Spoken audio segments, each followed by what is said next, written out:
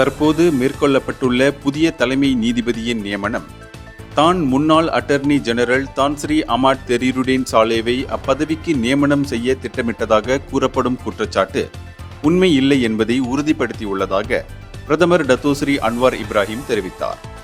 நீதித்துறையை சார்ந்த அடையாளம் தெரியாத ஒரு சில நபர்கள் தலைமை நீதிபதியின் நியமனம் அரசியல் ஆக்கப்படுவதாக கூறி பல குற்றச்சாட்டுகளையும் ஆருடங்களையும் வெளியிட்டு வந்தது அடிப்படையற்றது எனவும் அவர் தெரிவித்தார்.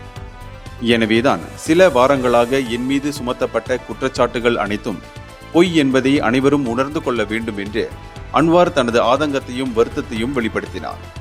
கூட்டரசு நீதிமன்றத்தின் நீதிபதியாக இருக்கும் அந்த முன்னாள் அட்டர்னி ஜெனரலின் பெயரை நான் முன்மொழிந்ததாக கூறப்படும் நிலையில் தான் அதனை முன்மொழியவில்லை என்றும் இது குறித்து மலாய் ஆட்சியாளர்கள் மாநாட்டிலும் விவாதிக்கப்படவில்லை என்றும் அன்வார் தெளிவுபடுத்தினார்.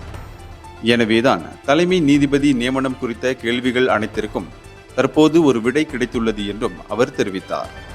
இதனிடையே கூட்டரசு நீதிமன்றத்தின் தலைமை பதிவாளர் அலுவலகம் மேல்முறையீட்டு நீதிமன்றத்தின் நீதிபதி டத்தோ வான் அமாட் ஃபாரிட் வான் சாலே மலேசியாவின் 17வது தலைமை நீதிபதியாக பொறுப்பேற்பார் என்பதை அறிவித்துள்ளது.